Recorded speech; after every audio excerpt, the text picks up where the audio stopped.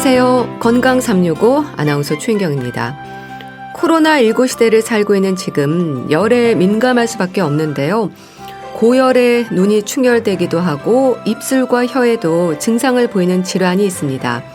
가와사키병 들어보셨어요? 전신으로 영향을 미치는 급성 열성 혈관염인데요. 5살 이하의 소아기에 발생하는 질환입니다. 원인도 명확치 않은 데다 빠른 치료도 중요하고요. 적절한 치료를 통해서 심장의 합병증을 줄이는 게 중요하다는 지적입니다. 가와사키병 잠시 후에 알아보고요. 건강에 대한 염려로 많은 분들이 신경 쓰는 부분이죠. 콜레스테롤에 대해서도 살펴보겠습니다. 건강 365 알렉스의 화분 듣고 시작하겠습니다. 가와사키병 처음 듣는 분들도 계실 텐데요. 5살 이하의 아이들에게 특히 겨울과 봄에 발생 위험이 높은 급성 열성 혈관염입니다.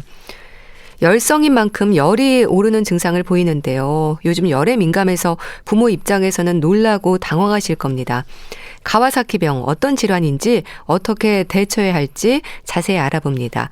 순천향대 부천병원 소아청소년과 이선향 교수와 함께합니다. 교수님 안녕하세요.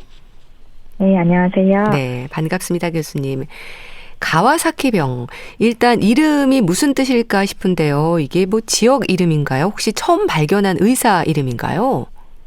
네, 1967년에 일본의 소아과 의사인 가와사키 도미사쿠라는 분이 발견하여 처음 알려져서 붙여진 이름입니다. 예.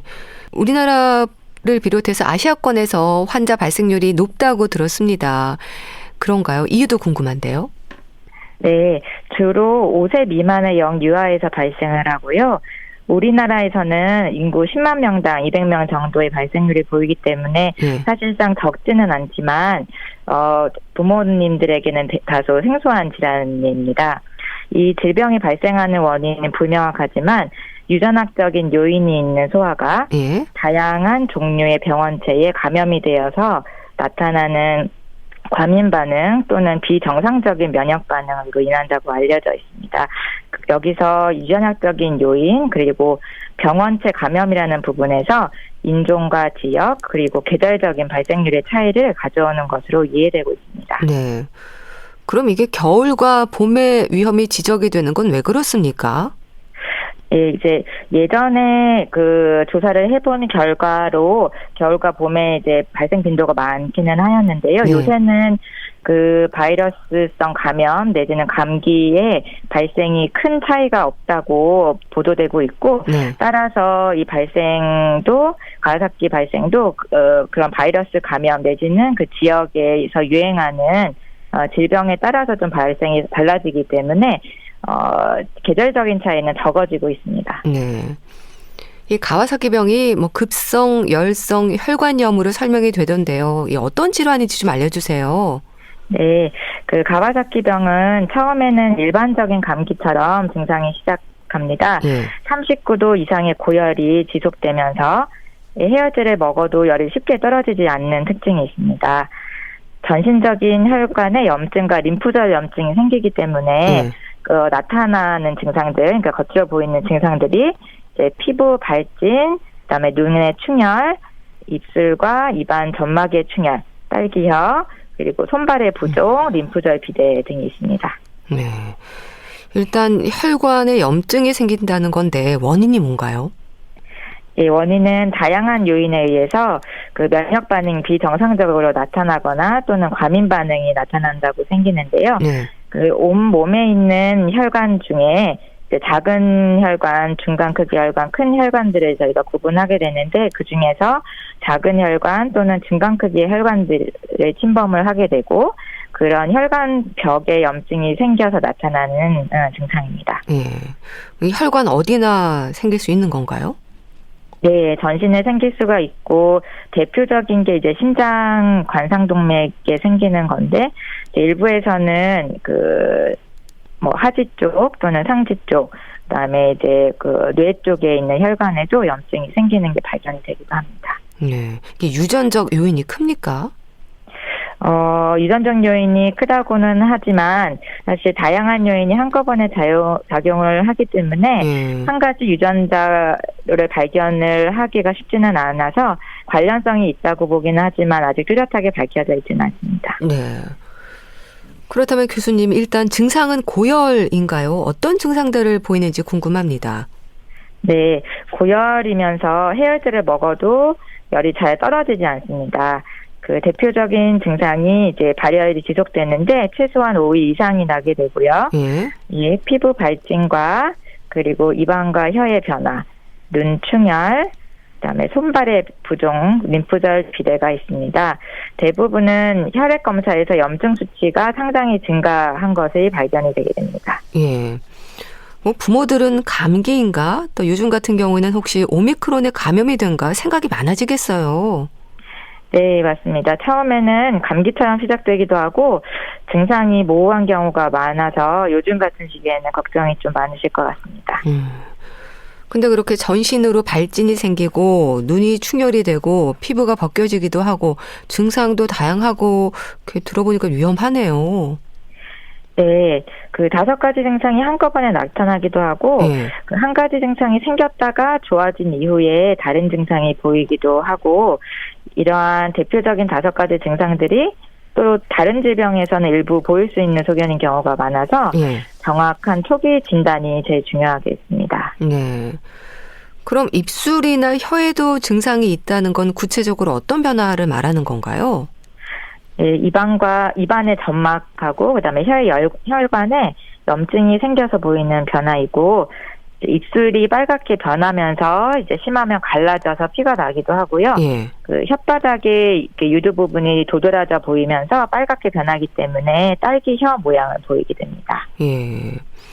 또 림프절에도 영향을 미친다고 하셨는데 이것도 부담이 됩니다. 여러 가지 증상들이 모두 나타나는 건가요? 예, 어떠한 경우에는 이제 목에 있는 림프절염이 심해서 통증도 굉장히 심하고 항생제 치료를 하거나 CT 검사를 하고 이비인후과에서 수술을 시행하게 되는 경우도 있습니다. 하지만 5가지 증상이 한꺼번에 나타나지 않기 때문에 초기에는 이렇게 진단이 어려운 경우도 있습니다. 예. 이게 완전 가와사키병과 불완전 가와사키병으로 구분이 됩니까? 네, 맞습니다. 일부에서는 5가지 증상 중에 한두 가지만 보이면서 원인 불명열이 지속되는데 이렇게 해서 진단되는 경우를 불완전 가와사키병이라고 합니다. 검사실 소견과 그리고 심장 초음파 소견을 참고하여 진단하게 되는 경우입니다. 네.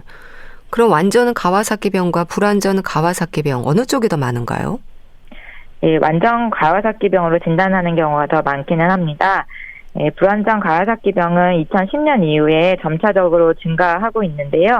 이것은 이제 불완전 가와사키병이 많아진다기보다는 이것이 의심되는 경우에 이제 한 가지 검사로 알 수 있는 질병이 아니기 때문에 이제 정밀 검사를 시행하고 전문가에게 진료를 하고 나서 진단되는 경우가 늘어나고 있기 때문인 것으로 생각됩니다. 네. 근데 완전 가와사키병이든 불완전 가와사키병이든 증상을 겪는 아이들은 상당히 고통스럽겠네요. 네, 무엇보다 이제 고열이 있으면서 전신에 염증이 생기니까 아이들이 아파서 못 먹고 많이 보채고 힘들어하는 경우가 있습니다. 예. 자, 그럼 교수님, 증상이 확인이 되면 확진을 위해서 어떤 검사가 진행이 될까요? 증상이 다양해서 여러 검사가 필요할 것 같은데요. 네, 기본적으로 혈액 검사와 소변 검사를 하고요. 그 염증 수치 상승을 확인합니다. 동시에 이제 다른 질환은 아닌지에 대한 감별 검사가 시행되기 때문에 기본적인 검사를 포함해서 그 각 이제 아이들한테 보이는 증상에 따른 추가적인 검사가 들어가게 되는 겁니다. 예. 그럼 결과를 보면 염증 수치가 많이 올라가 있나요? 예, 기본적으로 염증 수치가 많이 올라가 있고요. 이제 기준이 되는 염증 수치가 있지만 증상의 5가지 중에 이제 4가지 이상 보이는 경우는 염증 수치가 올라가 있지 않다 하더라도 진단되는 경우도 있습니다. 이런 염증 수치뿐만이 아니라 뭐 황달이나 빈혈, 요로 감염과 같은 다른 의심 증상들도 있을 수 있다고 들었습니다. 예, 간 수치의 상승, 쉽게 말하면 간염 소견, 그리고 이제 소변 검사에서 염증이 보여서 요로감염 의심 소견도 있을 수 있고, 네.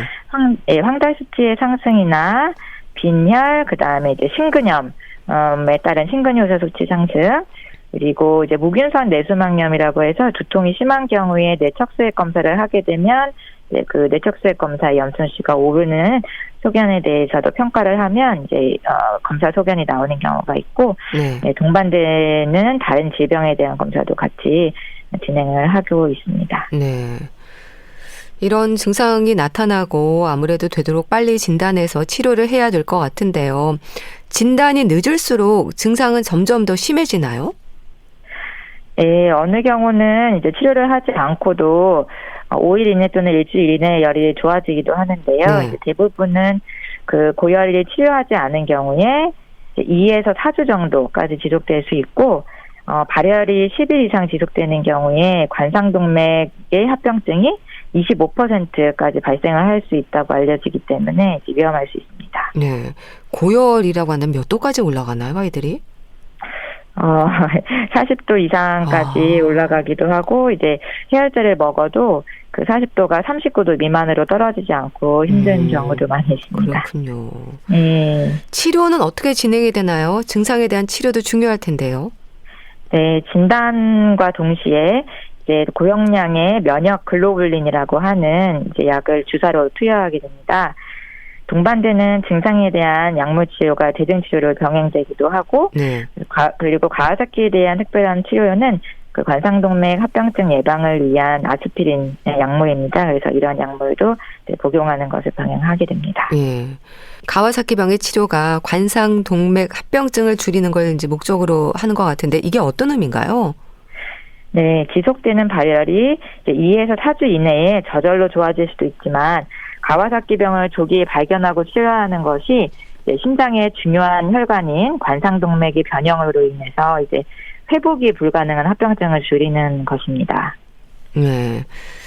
그러니까 혈관의 염증 질환인 만큼 심장 혈관인 관상동맥의 손상을 막는 거네요.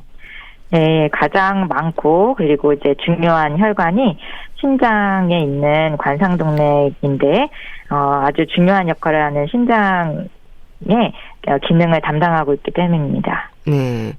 그럼 치료에 있어서도 골든타임이 있는 겁니까? 예, 대부분은 발열이 10일이 지나기 전에 면역 글로불린 주사를 해서 발열이 호전되어야 된다고 알려져 있고요. 하지만 발열이 5일 이내인 경우라도 관상동맥의 합병증이 이미 발생되어 있는 경우도 있기 때문에 빠른 진단이 중요하게 되겠습니다. 네. 그 면역 글로불린의 효과는 뭔가요? 예, 그 연구에 따르면 발열이 10일 지속된 지 10일 이내인 경우 그 이전에 면역 글로불린을 투여하게 되면 예. 관상동맥 합병증의 발생이 25%가 되던 것이 2.5%로 줄었다라고 하는 연구가 있어서 그 결과에 따라서 면역 글로불린이 관상동맥 합병증 발생을 그만큼 줄인다라고 알려져 있습니다. 네. 그럼 치료 중에 조심할 부분들은 없을까요? 예, 아무래도 면역 글로불린이라고 하는 약도 부작용이 이제 굉장히 적은 약이긴 하지만 이제 약물이기 때문에 이제 다양한 부작용에 주의하면서 주사 투여를 하고 있습니다. 네. 그리고 이제 병행 투여하고 있는 아스피린의 경우도 출혈 경향이라든지 이제 라이 증후군 같은 증상의 발생에 대해서 잘 모니터하면서 치료해야 합니다. 라이 증후군은 뭔가요? 좀 예전에 보고되고 최근에는 많지는 않았는데요. 아스피린을 복용하고 있는 환아에서 이제 수두 바이러스나 독감 바이러스가 감염이 된 경우, 간염 수치가 굉장히 많이 오르면서 이제 신경학적인 증상도 같이 동반하는 질병으로 알려져 있습니다. 네. 또 치료 중에 또 다른 어떤 부작용들이 있을 수 있을까요? 일부에서는 면역 글로불린이 어떻게 보면 수혈이라고도 볼 수 있는데요. 수혈에 대한 그 급성 반응으로 샥이라든지 쇼크, 혈압이 떨어지거나 아니면 어지러움증, 그리고 심한 두통, 그리고 이제 많은 경우에 면역 글로불린 자체로서 발열이 심해지는 경우도 종종 있습니다. 네. 그럼 치료를 하고 난 후에도 다시 또 가와사키병이 오는 경우도 있습니까? 예, 대부분은 괜찮기는 한데 이제 2번 이상 가와사키병으로 진단되는 경우가 약 2에서 5% 정도로 알려져 있습니다. 근데 이제 그 가와사키병에 대한 면역글로불린 치료를 한 그 약물의 치료 지속 기간이 대략 한 10개월에서 11개월 정도 되기 때문에 그 이전에 이제 발생을 하는 경우는 이제 적고 완벽히 그 약물이 이제 효과가 완벽히 없어진 이후에 다시 발생을 하기 때문에 저희가 이제 5세 미만에서 가와사키병이 발생하더라도 그 나이가 이제 12개월 돌 무렵 이전에 진단된 경우는 그 이후에 또 다시 한번 발생을 할 경우가 많습니다. 네. 근데 가와사키병이라는 이름 때문에 증상을 짐작하기가 어렵겠어요. 이게 희귀 질환은 아닌 거죠? 예, 그 희귀 난치는 아닌데 그래서 이제 저희 우리나라하고 일본에서는 가와사키병이라고 많이 부르고 사실 의학적인 질병명 자체도 가와사키기는 한데요. 미국이나 영국 같은 이제 서구 나라에서는 그 피부 점막 증후군이라고 좀 더 이해하기 쉽게 부르기도 합니다. 네. 근데 이게 약간 감기하고 이제 증상이 비슷해서 몸살 감기를 생각해서 부모들이 해열제를 먹이거나 하는 경우도 있을 텐데요. 괜찮을까요?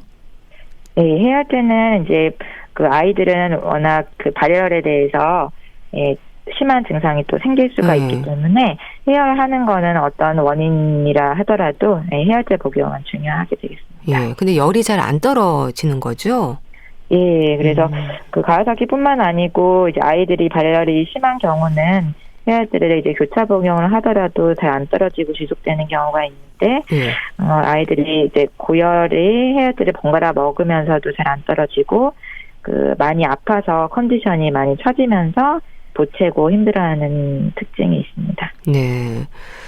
그 열이 나면 이제 경기를 일으키거나 하는 경우도 있잖아요. 네. 이것도 많이 위험하지 않나요? 예.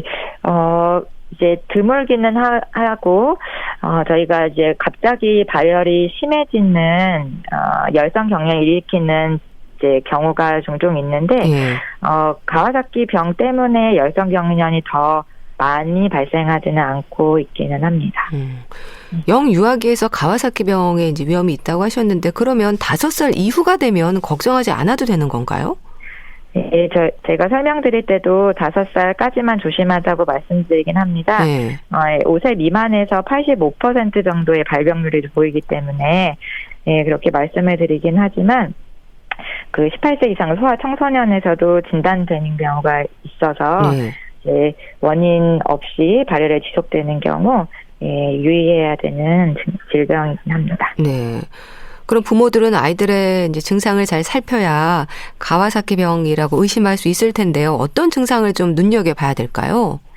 예, 그 소아청소년과 전문이라고 해도 뚜렷하게 증상이 보이기 전에는 진단하기가 어렵기는 하지만 무엇보다도 이제 원인이 뚜렷하지 않은 발열 그리고 특정 질병에 대해서 치료를 지속함에도 불구하고 발열이 호전되지 않는다면 일단 의심을 해볼 수 있습니다. 부모님들이 이제 먼저 발견할 수 있는 증상이 피부 발진이라 이것도 잘 살펴주셔야 하고 12개월 이하 영아군에서는 그 BCG 접종 부위가 빨갛게 부어오르는 소견이 특징적이기 때문에 이런 경우라고 하면 전문의에게 진료를 받아서 꼭 진단을 초기에 받아야 하겠습니다. 네, 그런 증상들은 고열과 함께 바로 나타납니까? 발열과 함께 나타나는 경우도 있고 발열에 선행해서 이전에 나타나기도 하고 이제 4일에서 5일 정도 발열이 지속된 이후에 나타나기도 해서 시기적으로는 명확하지는 않지만 그 BCG 접종을 하는 우리나라, 일본 같은 나라에서는 그 서구 인종과는 좀 다르게 특징적인 증상을 볼 수 있기 때문에 잘 봐야겠습니다. 영유아기에 이제 주로 나타나고 아까 사춘기에도 나타나는 경우도 있다고 하셨는데 증상은 똑같은가요? 예, 대부분 이제 그 저희가 진단하는 진단 기준이 똑같습니다. 나이별로 다르지는 않는데 일반적으로는 나이가 많을수록 특히 이제 5세 이상일수록 증상이 모두 만족하기보다는 일부가 만족하면서 열이 지속되어서 불완전 가와사키병으로 진단되는 경우가 좀 더 많이 있습니다. 네.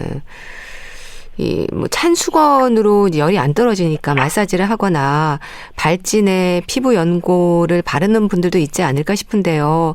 진단 없이 무조건 이렇게 피부 연고를 바른다거나 하는 건 조금 위험하지 않을까 싶기도 한데요. 네, 보통 저희가 이제 피부 발진이 있는 경우에 처방되는 나와 있는 연고가 이제 일반 연고보다는 이제 스테로이드 성분으로 된 연고가 많이 있다 보니까 이제 단기간 사용하였을 때 큰 부작용이 있지는 않지만 네. 도움을 주는 치료는 아니기 때문에 이제 전문가의 의견을 듣고 치료를 하는 것이 좋겠습니다. 네, 알겠습니다. 자, 오늘은 가와사키병 어떤 질환인지 또 어떻게 대처해야 할지 자세히 알아봤는데요. 순천향대 부천병원 소아청소년과 이선향 교수와 함께했습니다. 감사합니다. 네, 감사합니다. KBS 라디오 건강365 함께하고 계신데요. 에릭 베네의 허리케인 듣고 다시 오겠습니다.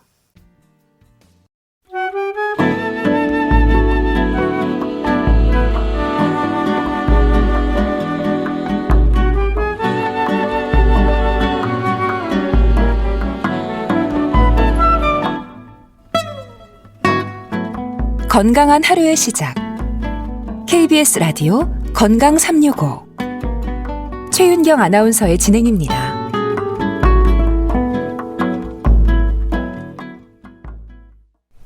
KBS 라디오 건강365 함께하고 계십니다. 건강을 얘기할 때 지적이 되는 부분 중에 하나가 콜레스테롤입니다. 좋은 콜레스테롤과 나쁜 콜레스테롤. 콜레스테롤이 부족하기도 하고 반대로 혈중 콜레스테롤이 너무 높기도 하고 건강을 위한 콜레스테롤과 함께 적정량의 콜레스테롤을 유지하는 게 얼마나 중요한지 깨닫게 하는데요. 콜레스테롤 어떻게 이해하고 관리해야 할까요? 분당 재생병원 내과 백현옥 교수와 함께합니다. 교수님 안녕하세요. 네, 안녕하십니까. 네. 콜레스테롤은 우리 생명의 필수적인 물질이다. 이렇게 알고 있습니다. 교수님 어떤 의미일까요? 필수라는 말이 들어갔으니까요. 네. 생명의 필수라는 게 결국 생명을 유지하기 위해서 없어서는 안 될 물질이다. 그 뜻인데 이상하네 하고 뜻밖이라고 생각하시는 분 많이 계시죠? 예. 보통 콜레스테롤 하면 혈관이나 내장에 기름이 잔뜩 낀 것, 그리고 비만을 연상하게 되고 네. 건강에 해를 끼치는 인체 내에서 아주 나쁜 악당으로 인식하는 거가 이제 요새 보편적인 것 같아요. 네. 근데 지금부터 생각 바꾸십시오. 콜레스테롤은 생명 유지의 필수 성분입니다. 네. 참 그렇게 생명의 필수적인 물질인 만큼 하는 일도 많죠. 콜레스테롤이 체내에서 하는 일 상당히 많습니다. 네. 네, 이제 그중에 세 가지만 한번 짚어보면요. 네. 첫 번째는 세포막의 구성 성분입니다. 아시다시피 우리 몸이 세포로 이루어져 있잖아요. 예. 근데 그 모든 세포에서 구성 성분이 부족하면 어느 장기냐에 무관하게 사실 전신적으로 문제가 발생하기 쉽겠죠. 그리고 두 번째 하는 일이라면은 호르몬의 재료가 됩니다. 그래서 부신 피질에서 만들어지는 스테로이드 호르몬인 코티졸은 왜 우리가 스트레스를 받았을 때 인체를 적절하게 방어하는 그 반응성을 유도해서 몸을 보호하거든요. 네. 근데 이런 거를 못 만들면 당연히 급성 스트레스 받았을 때 반응이 안 될 거고요. 따라서 면역력도 떨어지고 또 급성 염증이 있을 때 반응을 조절하기도 어려우니까 역시 생명에 지장이 있을 수 있습니다. 네. 그래서 감염 질환 등의 다양한 급성 스트레스에 제대로 대처할 수가 없게 되니까요. 그것만이 아니라 코티졸 이외에도 에스트로겐이나 테스토스테론, 그러니까 성호르몬이죠. 또는 비타민 D를 체내에서 합성할 때 이게 다 기본 골격이 되는 그런 재료가 됩니다. 네. 세 번째는 담즙, 즉 쓸개즙의 구성 성분인데 이게 소화액이잖아요. 네. 그래서 특히 지방이나 지용성 비타민의 소화 흡수에는 필수인 그런 성분이 되겠습니다. 그래서 신체의 원활한 활동을 위해서 이 콜레스테롤은 먹어서 다 되는 게 아니고 대부분이 간에서 콜레스테롤을 합성해서 인체에서 사용을 하게 됩니다. 네. 이게 적정량의 콜레스테롤 범위를 넘어서 부족해도 문제, 지나쳐도 문제인 거죠? 그렇습니다. 말씀드렸듯이 아예 재료가 없어서 혹은 다른 이유로 콜레스테롤을 간에서 합성을 못하게 되고 부족하면은 생명 유지에 오히려 문제가 될 수 있고요.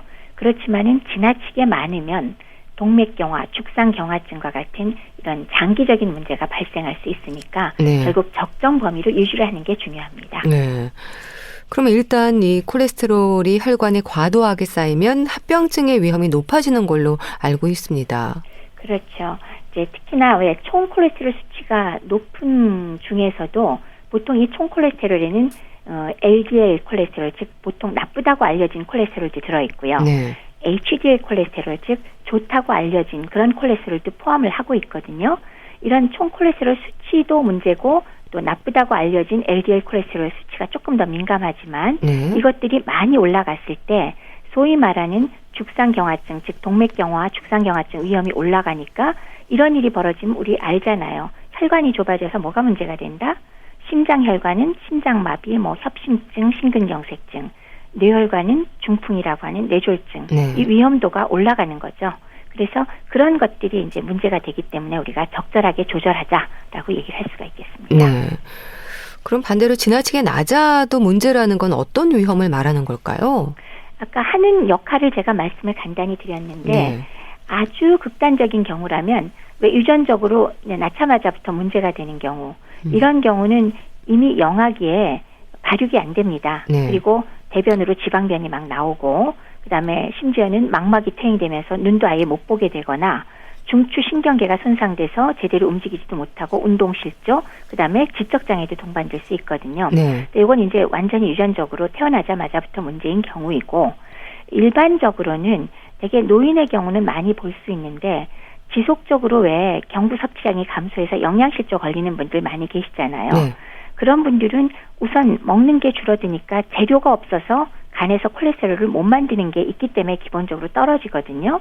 아니면 간경변이 있으면 또 간에서 못 만들거든요. 네. 근데 이제 거기에 더해서 노인들은 제가 많이 뵙게 되지만 대부분 당뇨 고혈압을 갖고 계시면서 콜레스테롤 저하제 약물을 복용하고 계세요. 네. 근데 밥을 못 드시는데도 불구하고 이것만은 꼭 먹어야 되는 약이라고 교육을 받았기 때문에 식사도 못 하시면서 계속 콜레스테롤 저하제를 드시면 정말 콜레스테롤이 아주 완전히 바닥이 돼서 오시는 분들이 계십니다. 그럴 때는 아주 심각한 기력 저하하고 연관이 있고요. 그다음에 당연히 지용성 비타민 부족한 건 그건 뭐 사실 세발의 피인데 그건 당연하고요. 네. 전신쇠약 그리고 인지 기능도 함께 더 저하되는 것 같습니다. 그리고 감염에 취약해지는 등 이런 문제점들이 발생하게 됩니다. 네. 자, 그러면 교수님 일단 좋은 콜레스테롤과 나쁜 콜레스테롤에 대해서는 어떻게 이해하면 될까요? 보통 이제 좋은 콜레스테롤, 나쁜 콜레스테롤을 나눈 이유 중에 하나는 콜레스테롤이 단독으로 피 속에서 돌아다니지를 못해요. 네. 그래서 소위 지단백이라는 데 실려서 왔다 갔다 하거든요. 그래서 그 지단백이 입자가 작으면 고밀도 지단백 콜레스테롤이라고 부르고요. 네. 입자가 큰 것을 저밀도 지단백 콜레스테롤이라고 부릅니다. 그런데 이 저밀도 콜레스테롤의 경우는 콜레스테롤을 혈관벽, 그러니까 말초 장기로 보내게 하고요.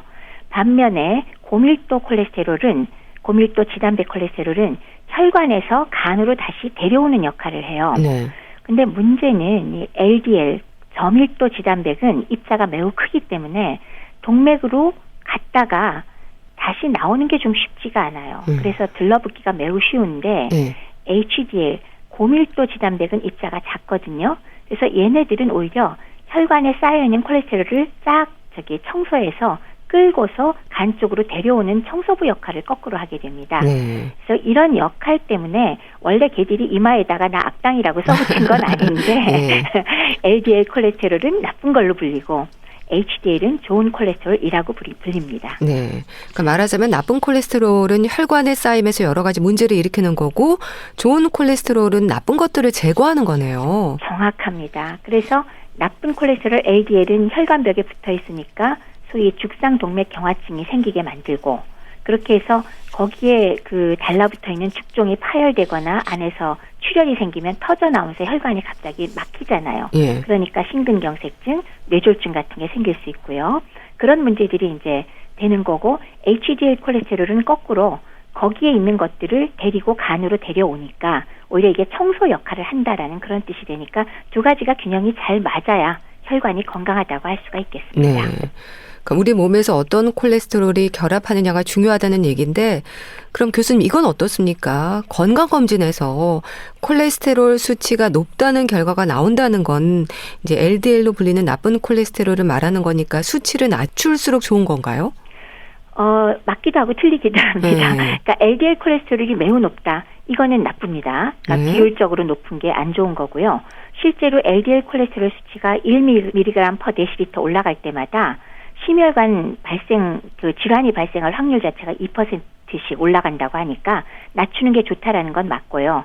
근데 총 콜레스테롤 수치는 그게 LDL 부분도 있지만 HDL도 있기 때문에 제가 맞기도 하고 틀리기도 하다라고 말씀을 드렸습니다. 네, 그러니까 HDL 좋은 콜레스테롤은 수치가 높을수록 좋은 거겠네요. 정확합니다. HDL은 이제 거꾸로 1mg/dL 늘어날 때마다 오히려 심혈관 질환 발생 위험률을 3%씩 더 낮추게 되거든요. 따라서 LDL 콜레스테롤을 우리가 낮추는 것도 중요하지만 HDL 콜레스테롤이 올라가면 그것도 상당히 건강에 좋은 그런 일들이 생기니까 높게 만들수록 좋은 거죠. 실제로 그러니까 HDL 콜레스테롤 수치가 높으면 치매에 걸릴 위험도도 낮아지고요. 그리고 암에 걸릴 확률도 줄어들고요. 그리고 또 유방암이 급증하는 원인으로 HDL 콜레스테롤이 낮더라 하는 연구 결과도 있을 정도입니다. 네. 이 LDL 나쁜 콜레스테롤을 낮춰야 하는 이유에 대해서 일단 잘 알고 있어야 실천 의지를 높일 수 있을 텐데요. 교수님, 왜 낮춰야 할까요? 다시 한번 정리하면요. LDL은 입자가 큽니다. 그래서 콜레스테롤을 운반해가지고 혈관벽으로 가서 잘 나오지를 못해요. 그러니까 들러붙어 버리기가 쉽거든요. 근데 어느 정도 있을 땐 괜찮지만 양이 많아지면 문제가 되겠죠. 그러면 소위 말하는 죽상 동맥경화증이 생기니까 막 떡처럼 들러붙게 되고 거기서 터지거나 아니면 출혈이 생기면 갑자기 혈관이 막혀버리면서 심장과 뇌혈관에 문제를 일으키니까 LDL 나쁜 콜레스테롤은 낮은 게 좋다라는 거는 분명히 기억을 하셔야 될 것 같습니다. 네. 그럼 교수님, HDL, 좋은 콜레스테롤은 어떨까요? 기준보다 낮으면 나쁜 콜레스테롤의 위험을 막을 수 없는 건가요? 맞습니다. 그러니까 기준보다 높아야 자기 역할을 어느 정도 하고 LDL 콜레스테롤이 잘 움직이지 못할 때 데리고 오는 역할을 잘 할 수가 있는데 LDL은 높고 HDL이 반대로 완전히 낮으면 위험도가 훨씬 더 올라가게 되는 거죠. 보통 HDL 콜레스테롤은 60mg/dL 이상 돼야 정상이다라고 얘기를 하는데 40보다 적다. 그러면 이건 낮은 HDL 콜레스테롤로 판정을 해서 이것도 위험도가 높다고 얘기를 하게 됩니다. 네, 그러니까 좋은 콜레스테롤을 혈관 청소부라고 우리가 말하는 이유가 있네요. 그렇죠. 아주 정확하고 좋은 표현이죠. 혈관벽에 끼어있는 콜레스테롤을 싹싹 거두어서 간으로 데려간다. 혈관 청소부. 아주 좋은 얘기인 것 같습니다. 자, 그렇다면 교수님, LDL 나쁜 콜레스테롤을 낮추고 HDL 좋은 콜레스테롤을 높이는 방법은 뭘까요? 왜 근데 건강을 위해서 얘기하는 거하고 항상 거의 일치돼요. 아주 간단히 얘기하면 HDL을 높이고 LDL 낮추는데 제일 중요한 거 운동입니다. 적절하게 움직이는 거. 그리고 두 번째는 식습관. 그리고 세 번째는 이도저도 안 될 때는 약물을 사용한다. 크게 봐서 세 가지로 나눌 수 있고요. 거기에 이제 조금 더 포함을 시킨다면 금연, 담배를 끊는 거, 그다음에 과다한 음주를 절제하는 거. 이런 정도의 방법은 당장 우리가 손으로 꼽을 수 있습니다. 네. 일단은 식습관이 가장 중요하다고 볼 수 있는 걸까요? 그렇죠. 근데 이제 상상하듯이 그냥 콜레스테롤 높은 음식만 피하면 된다라기보다는 이것도 일반적인 건강에 유효한 거하고 거의 똑같습니다. 한 4가지 정도 얘기할 수 있는데요. 정제된 당, 설탕 이런 거 좀 피하셔야 됩니다. 왜냐하면 지방이 늘어나면서 동시에 콜레스테롤 같이 올라가거든요. 그러니까 왜 탄수화물이 바뀌잖아요, 몸에서. 그래서 느닷없이 설탕 그러면 어리둥절할 텐데 설탕 줄인다. 자, 두 번째는 포화지방과 트랜스지방을 피한다. 이것도 역시 그 콜레스테롤을 높이는 역할을 하거든요. 세 번째는 포화지방, 트랜스지방 피했으니까 뭘 먹어야죠? 건강한 지방을 해체한다. 올리브 오일 같은 것들이요. 들기름.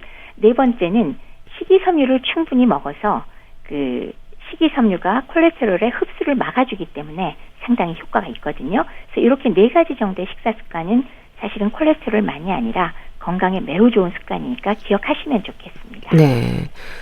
그 좋은 콜레스테롤 수치를 높이는 데 도움이 되는 식품이라면 뭐가 있을까요? 제가 아까 좋은 지방이라고 말씀드렸어요. 그래서 식물성 기름 중에서도 왜 올리브 오일이라든지 들기름, 우리나라 들기름 되게 좋거든요. 그다음에 견과류 등이 도움이 되고요. 그 외에 참치나 고등어 등의 등푸른 생선에 우리 좋은 거 많이 들어있다 그러잖아요. DHA니, 오메가3 지방산, 그리고 그다음에 콩도 좋다고 하고요. 또 미역도 HDL 콜레스테롤을 높여준다고 합니다. 그거 외에 마늘이라든지 아니면은 닭고기 중에도 껍질은 좀 벗겨주시고 그다음에 뭐 야채, 과일 이런 것들은 전체적으로 도움이 된다고 할 수 있겠습니다. 네. 그리고 교수님 이 부분도 많은 분들이 궁금해합니다. 기름을 비롯해서요, 뭐 달걀, 오징어, 새우 이런 음식들은 삼가야 한다는 생각을 하는데 어떨까요? 수십 년 동안 사실 계란, 노른자, 오징어, 새우에 콜레스테롤이 높기 때문에 좀 이거 문제 있다 그러면 그거 먹지 말라고 계속 교육을 시켰어요. 근데 사실은 최근에 알려진 거, 연구해 본 걸로는 그렇게 상관이 없다가 결론입니다. 그래서 사람 몸의 콜레스테롤 수치는 사실은 음식으로 섭취한 약은 굉장히 영향을 적게 미치고요. 그러니까 뭐 해봐야 한 20% 정도. 그다음에 몸에서 대부분 합성을 하거든요. 그러니까 내가 필요한 만큼 만들어낸다는 거죠. 그래서 실제로 사람 몸이 똑똑하기 때문에요. 내가 몸에서 많이 필요한데 콜레스테롤 섭취량이 적절하게 들어왔다 그러면 잘 알아서 그거 흡수하고 필요한 만큼 합성하는데 만약에 나는 필요한 만큼 합성 다 해놨는데 너무 많이 들어왔어? 그럼 아예 안 써요. 새로 더 합성을 더 안 하거든요. 그렇기 때문에 실제로 이 콜레스테롤 섞여 있는 음식을 많이 먹건 적게 먹건 개개인의 혈청에서 수치는 웬만큼 유지가 된다는 얘기입니다. 먹은 거에 아주 큰 관계는 없고 그럼에도 불구하고 하루에 계란을 10개를 먹는다거나 고기를 매일마다 한 그릇 드신다거나 그런 거는 제가 좀 말리고 싶고요. 어느 정도 일상 식사에서 드시는 거는 그다지 상관이 없습니다. 그리고 참고로 체내에서 콜레스테롤을 합성하는 양이 대부분 위주이기 때문에 보통 우리가 먹는 콜레스테롤 섭취량에 비해서 합성량이 적어도 2배에서 4-5배까지 간다고 생각을 하시면 맞습니다. 그렇게 먹는 것과 큰 영향이 없다라고 생각을 하셔야죠. 또 교수님이 식습관과 함께 이제 약물 복용이 필요한 경우도 있다고 하셨는데 음식만으로는 안 되는 부분이 있는 건가요? 그렇죠. 조금 전에 말씀드렸듯이 자기 개개인의 어떤 기준치가 있거든요. 그리고 나이가 들면 이 콜레스테롤치가 좀 올라가는 경향성이 분명히 있어요. 근데 이런 것들이 몸에 좋은 건강 식사 습관을 가져도 그렇게 안 변하는 분들 많이 있거든요. 그리고 운동으로도 어느 만큼 가다가 더 이상 안 떨어지기 때문에 정도가 너무 심한 고콜레스테롤증은 결국 약물을 사용해야 되는 거죠. 약물은 여러 가지 종류가 있지만은 각각의 왜 환자에 따라서 물론 가장 많이 쓰는 약제가 있거든요. 그래서 그건 전문가가 판단을 해서 처방을 해주시면 되니까 필요하면은 약물을 사용해야 된다만 기억하시면 되겠습니다. 또 운동에 있어서도 유산소 운동이 강조가 되던데요. 운동이 이런 좋은 콜레스테롤을 높이는 데 도움이 되나요? 맞습니다. 유산소 운동이 가장 좋은 HDL, 좋은 콜레스테롤 높이는데 좋은 방법이고요. 또 유산소 운동을 하시면 중성지방도 같이 떨어져요. 그렇기 때문에 상당히 도움이 됩니다. 유산소 운동이라면 어떤 방법의 운동들을 말하는 걸까요? 다들 이제는 다 아시지만 빨리 걷기, 달리기, 수영, 자전거 타기 이런 것들인데요. 그럼 얼마나 하면 되냐? 보통 주 30분씩 그러니까 하루에 30분씩 주 5번 정도니까 일주일에 한 120분에서 150분 정도? 그 정도 하고 강도는 땀이 촉촉하게 벨 정도로 한 중간 정도의 강도 요 정도를 권해드리고 있습니다. 또 교수님 HDL 콜레스테롤과 LDL 콜레스테롤을 포함하는 총 콜레스테롤은 어떤 검사로 확인을 하나요? 혈관벽에 쌓인다니까 혈관 뜯어서 검사하냐 그런 거 그런 질문인가 봐요. 근데 그건 아니고요. 일상적인 왜 정맥 체열을 해서 혈액 검사로 가능합니다. 검사 방법은 상대적으로 어렵지가 않죠. 이 성인들의 경우에는 5년 주기로 검사를 이어가야 한다는 말도 있던데 그렇습니까? 보통 왜 그래도 5년 정도에 한 번은 내가 높은 쪽에 속하는지 아닌지 또 나이 들면서 올라갈 수 있으니까 해주시는 게 좋고요. 근데 만약에 심장질환에 대한 위험 요인을 내가 1개 이상 가지고 있거나 혹은 현재 치료 중이다 콜레스테롤 높아서 그런 경우는 당연히 더 자주 하셔야죠. 그러니까 아무 이상이 없을 경우에 5년에 한 번. 그래서 그런 위험 요인이 뭐냐 짐작하시겠지만 담배 피는 분, 그다음에 나이가 많은 분, 45세 이상 남성이나 55세 이상 여성, 예. 아니면 현재 고혈압이나 그다음에 심장 질환을 그 가족들이 갖고 있었다거나, 그다음에 현재 심장 질환을 갖고 있거나 당뇨병이 있거나 이런 경우는 더 자주 검사를 하셔야 되겠습니다. 네. 뭐 검사에서 금식이 필요하거나 한 건 아닌 거죠? 순수한 콜레스테롤만 우리가 검사하려고 그러면 사실은 금식 안 해도 되는데, 네. 일반적으로 뭐 고밀도, 저밀도 이런 거 다 구별하고 중성지방도 같이 보려고 그러면 조금 더 정확하게 보시려면 9시간 내지 12시간 정도 금식하는 것이 더 정확합니다. 네. 또 이런 검사 결과는요, 콜레스테롤 수치뿐 아니라 활용 범위가 넓다고 들었습니다. 그런가요? 이게 콜레스테롤이 사실 숫자만 갖고 우리가 뭐 이거 병이다 아니다 말하기가 조금 애매하긴 하죠. 그러니까 요거 자체가 어떤 질환을 진단한다기보다는 네. 심혈관 질환이 앞으로 생길 거냐, 위험도 추정용이라는 거, 그런 면에서 조금 다른 검사 목적과 다르니까요. 결국 동맥경화증이 잘 생길 거냐, 심장질환 혹은 심장마비로 인한 사망의 위험도 증가, 이런 것들을 판단해서 그 예방적 건강관리의 한 부분으로 좀 생각을 하시고 검사를 하는 게 맞겠습니다. 네. 참 나이 들수록 콜레스테롤에 대한 관심이 높아지는데요. 교수님, 콜레스테롤 수치와 관련해서 꼭 점검이 필요한 분들이랄까요? 좀 짚어주세요. 이거는 콜레스테롤은 이제 저도 그런 경우가 있었는데, 그러니까 급성으로 갑자기 아파서 스트레스 직후에는 올라갑니다. 네. 그래서 아프지 않을 때 검사하는 거를 믿으셔야지, 급성으로 아플 때 검사한 건 나중에 한 번 더 점검할 필요가 있다는 거. 예를 들면 뭐 심장마비 직후라든지 스트레스를 받는 동안에 일시적으로 HDL이 낮아지거나 LDL이 올라갈 수 있거든요. 네. 그래서 그러니까 아프지 않을 때 측정한 게 믿을 만한 수치다라는 거. 또 임신 기간 중에 올라갈 수 있다는 것도 염두에 두시고, 그다음에 또 콜레스테롤 농도를 높이는 것으로 알려져 있는 왜 스테로이드나 베타 차단제, 경구 피임약 같은 것들을 먹으면서 검사하는 건 조금 의미를 좀 더 제대로 판단해야 되겠죠. 네. 그런 것들을 좀 염두에 두는 거, 이런 것들이 필요합니다. 네, 알겠습니다. 자, 오늘은 콜레스테롤 어떻게 이해하고 관리해야 할지 짚어봤는데요. 분당 재생병원 내과 백현옥 교수와 함께했습니다. 감사합니다. 네, 감사합니다. 아이유의 블루밍 보내드리면서 인사드릴게요. 건강365 아나운서 최인경이었습니다. 고맙습니다.